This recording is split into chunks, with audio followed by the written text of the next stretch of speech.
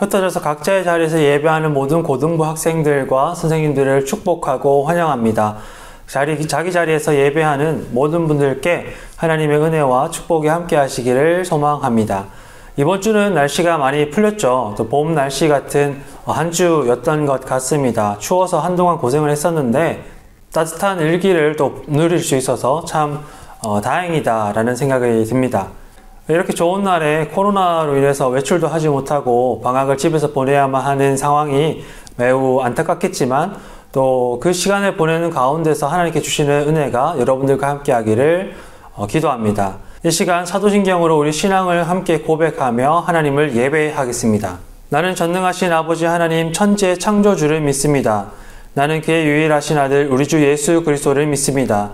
그는 성령으로 잉태되어 동정녀 마리아에게서 나시고 본디오 빌라도에게 고난을 받아 십자가에 못 박혀 죽으시고 장사된 지 사흘 만에 죽은 자 가운데서 다시 살아나셨으며 하늘에 오르시어 전능하신 아버지 하나님 우편에 앉아 계시다가 거기로부터 살아있는 자와 죽은 자를 심판하러 오십니다.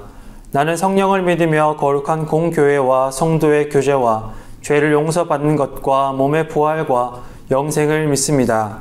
아멘. 네, 오늘은 찬송가를 같이 좀 나눠보려고 합니다. 제목은 주와 같이 길 가는 것이라는 찬양입니다.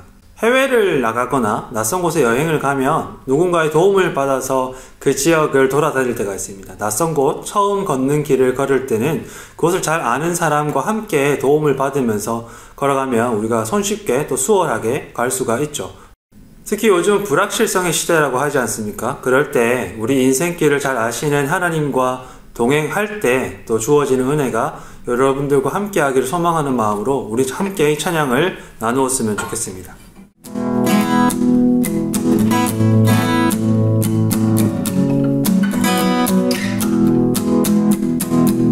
주와 같이 길 가는 것 즐거운 일 아닌가. 우리 주님 걸어가신 발자취를 밟겠네. 한 걸음 한 걸음 주 예수와 함께 날마다 날마다 우리 걸어가리. 꽃이 피는 들판이나 험한 골짜기라도 주가 인도하는 대로 주와 같이 가겠네. 한 걸음 한 걸음 주 예수와 함께 날마다 날마다 우리 걸어가리.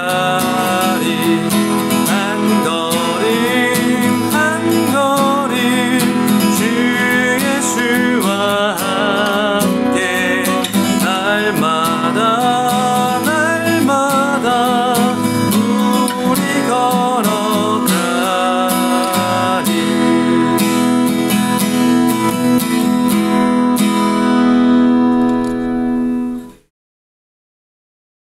오늘 우리가 함께 나눌 하나님의 말씀은 출애굽기 13장 20절부터 22절까지의 말씀입니다. 집에서 함께 마음으로라도 합독하였으면 좋겠습니다. 그들은 숫곳을 떠나 광야 끝에 있는 에담의 장막을 쳤다. 주님께서는 그들이 밤낮으로 행군할 수 있도록 낮에는 구름 기둥으로 앞서가시며 길을 인도하시고 밤에는 불기둥으로 앞길을 비춰주셨다. 낮에는 구름 기둥이 밤에는 불기둥이 그 백성 앞을 떠나지 않았다. 아멘. 네, 오늘은 할아버지 한 분을 소개하면서 이야기를 좀 시작하려고 합니다. 에리히 프롬이라는 이 할아버지가 계세요. 외국인이시거든요. 네, 이분의 책이 우리말로도 번역이 되었는데 이 사랑의 기술이라는 제목의 책이 아마 그 중에서는 가장 유명하지 않을까 싶습니다. 이 연애하는 방법을 가르치는 것인가 하고 이제 책을 펼쳐보았다가는 조금 실망하게 되는 그런 좀 낚시성 제목을 가진 책을 쓴 분이시죠. 우리말로 번역된 이 할아버지 책 중에 자유로부터의 도피라는 책이 있습니다. 이 책인데 제가 가지고 있는 책은 자유에서의 도피라고 되어 있지만 개정판에서는 자유로부터의 도피라는 제목으로 출간이 되었습니다. 이 제목이 암시하는 것처럼 사람들이 자유를 바라지만 정작 자유가 주어졌을 때 그 자유로부터 도망치려고 한다라는 이야기를 하고 있는 책이에요. 그런 이야기를 350페이지의 분량을 할애해서 이야기를 해주고 있습니다. 자유를 바라는 건 사람의 기본적인 욕구인 것 같아요. 우리는 자주 학교 가기 싫고 학원 가기 싫고 또 제 시간에 잠을 자고 일어나는 게 싫을 때가 자주 있죠. 학교와 가정의 틀, 이 사회의 제도와 규율에 얽매이지 않고 자유로워지기를 간절히 바랄 때가 종종 있습니다. 사실 여러 가지 측면에서 우리는 자유를 제한당합니다. 일단 학생들 같은 경우에는 미성년의 신분이기 때문에 성인으로서 할 수 있는 일들을 할 수 없는 그런 제약들이 있죠. 다행히 우리 중에 심각한 신체적인 어려움을 겪는 친구들은 없지만 종종 우리는 뜻대로 움직이지 않는 신체, 이 몸 때문에 좀 어려움을 겪을 때가 있습니다. 학생들이 아르바이트를 하거나 성인이 되어서 빨리 경제적인 독립을 이루고자 하는 그런 바람, 취업을 하고자 하는 이유들도 이유 중에 하나도 먹고 싶은 것을 먹고 가고 싶은 곳에 가고 하고 싶은 것을 할 수 있는 경제적인 자유를 얻기 위함입니다. 경우에 따라서는 정치적인 자유가 제한될 때도 있습니다. 무엇보다도 지금은 코로나라는 특수한 이 상황이 가장 크게 우리의 자유를 구속하는 요인이 되는 것 같습니다. 자유가 제한되기 때문에 우리는 종종 짜증과 우울과 분노를 경험하곤 하죠. 어릴 적에 엄마가 이것 해라 저것 해라 라는 말 때문에 우리가 종종 마음이 상했던 기억을 떠올려 보면 쉽게 헤아려 볼 수 있는 그런 이야기인 것 같습니다. 이 프롬이라는 할아버지는 유럽의 역사를 돌아보면서 바로 그런 자유를 모든 사람들이 넉넉하게 누리던 때가 있었다라는 이야기를 해주고 있어요. 중세가 끝나면서 계급의 제약으로부터 사람들이 해방되고 경제적인 발전이 이루어져서 무엇이든지 할 수 있는 가능성을 소유하게 되고 교회의 지배력이 약화되면서 억압되었던 사상과 행동의 자유가 이루어졌다라고 이야기를 하고 있는 겁니다. 그것이 1900년대까지 계속되어서 사람들은 자유를 만끽하며 끝없는 진보와 발전을 이루었다라고 이 할아버지가 이 책에서 이야기를 해요. 그런데 이 할아버지가 전해주는 이야기의 핵심이 여기서부터 시작이 됩니다. 사람들이 모두 자유를 얻게 되었다. 그런데 그 다음에 어떻게 되었을까? 그래서 이 책의 대부분의 내용이 전해지고 있는 거죠. 전에 없던 자유와 함께 개인과 사회의 불안과 두려움이 함께 찾아왔다라는 것이 이 할아버지가 전해주는 이야기예요. 그것은 마치 방향을 알 수 없고 묻히 보이지 않는 이 망망대해 혹은 사막에 홀로 내던져진 느낌. 일과를 마치고 돌아갈 집과 몸을 누일 침대를 잃은 느낌. 끊임없이 무엇을 생산함으로써 나의 가치를 확인해야 하는 그런 기계가 된 느낌과 비슷하다라고 이야기를 해요. 사람들은 자유와 함께 찾아온 불안과 두려움을 어떻게 다루어야 할지 몰랐어요. 사회와 경제와 정치적인 해방으로 얻은 자유는 새로 찾아온 불안과 두려움 때문에 반쪽짜리 자유가 되었다라고 이야기합니다. 오히려 과거와 비교하면 그것은 그 반쪽짜리 자유, 이 불안과 두려움을 함께 이고 가야 하는 삶은 더 무거운 짐을 지고 가는 삶이 되었다라고도 평가를 합니다. 그래서 사람들이 마침내 자유로부터 다시 도망치려고 발버둥을 치게 되었다라는 게 이 책이 전해주는 내용들입니다. 1941년에 이 책이 출간되었으니 올해로 딱 80년이 되었어요. 만 80년이 된 거죠. 그런데 우리의 경험을 돌아보면 이 할아버지가 전해주는 이야기가 되게 공감이 되는 것 같아요. 여러분들도 아마 살펴보면 그런 불안의 경험들이 있었을 것 같습니다. 저는 고3을 지낼 때는 빨리 20살이 되었으면 했었어요. 이 학교와 가정의 제약으로부터 좀 벗어나고 내가 성인으로서 내가 할 수 있는 또 하고 싶은 자유를 마음껏 누릴 수 있을 거라는 그런 기대감이 있었던 거죠. 그런데 막상 20살이 시작되니까 성인이 되고 나니까 불안감이 좀 많이 몰려왔던 기억이 떠오릅니다. 학교와 가정에서 독립해 자유롭게 내 길을 선택할 수 있기를 바랬는데 막상 성인이 되고 나니 인생의 무거운 짐을 나 혼자 떠안는 것 같은 이 부담감이 마음속에 항상 자리 잡고 있었던 것이죠. 어쩌면 불확실의 시대로 이야기되는 21세기, 우리 시대를 사는 많은 사람들이 이 프롬 할아버지가 이야기하는 내용에 공감을 할 수 있을 것 같아요. 망망대해 혹은 끝없이 모래의 무덤만 보이는 이 사막에 던져져서 방향을 알지 못하는 막막함, 불안함이 자주 보이지 않게 우리 안에 자리 잡고 있지 않은가 싶습니다. 그런데 이런 일이 오늘날 우리에게만 있었던 일은 아닙니다. 성경은 3000여 년 전에 우리와 같은 길을 다른 방법으로 지나갔던 사람들의 이야기를 오늘 이 출애굽이라는 책을 통해서 전해주고 있어요. 이스라엘이라는 이름으로 불리는 한 무리의 사람들, 이 집단, 한 민족 공동체는 우리가 지난주에 이야기를 나눴던 것처럼 이집트의 한 왕조의 노예로서 살았습니다. 물론 그들이 살았던 노예의 삶은 상당히 고통스러운 것이었습니다.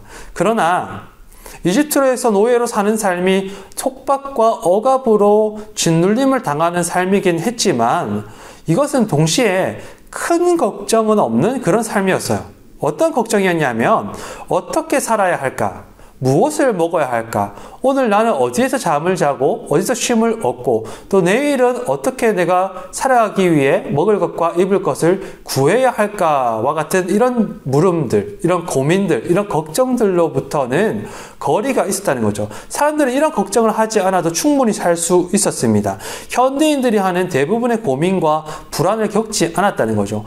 1년 후에는, 5년 후에는, 10년 후에는 이런 걱정들이 전혀 없었습니다. 입시의 두려움도 없었고 실패의 걱정과 불안도 전혀 경험하지 않았습니다. 그들은 자유를 억압당한 만큼 그에 상응하는 안정감을 누릴 수 있었던 것입니다. 그런 그들이 이집트에서 해방되었을 때, 이 자유를 얻게 되었을 때 문자 그대로 사람들은 사막에 내던져집니다. 어디로 가야 할지 방향을 알지 못하고 앞으로 어떻게 살아야 할지 막막하게 되었던 거죠.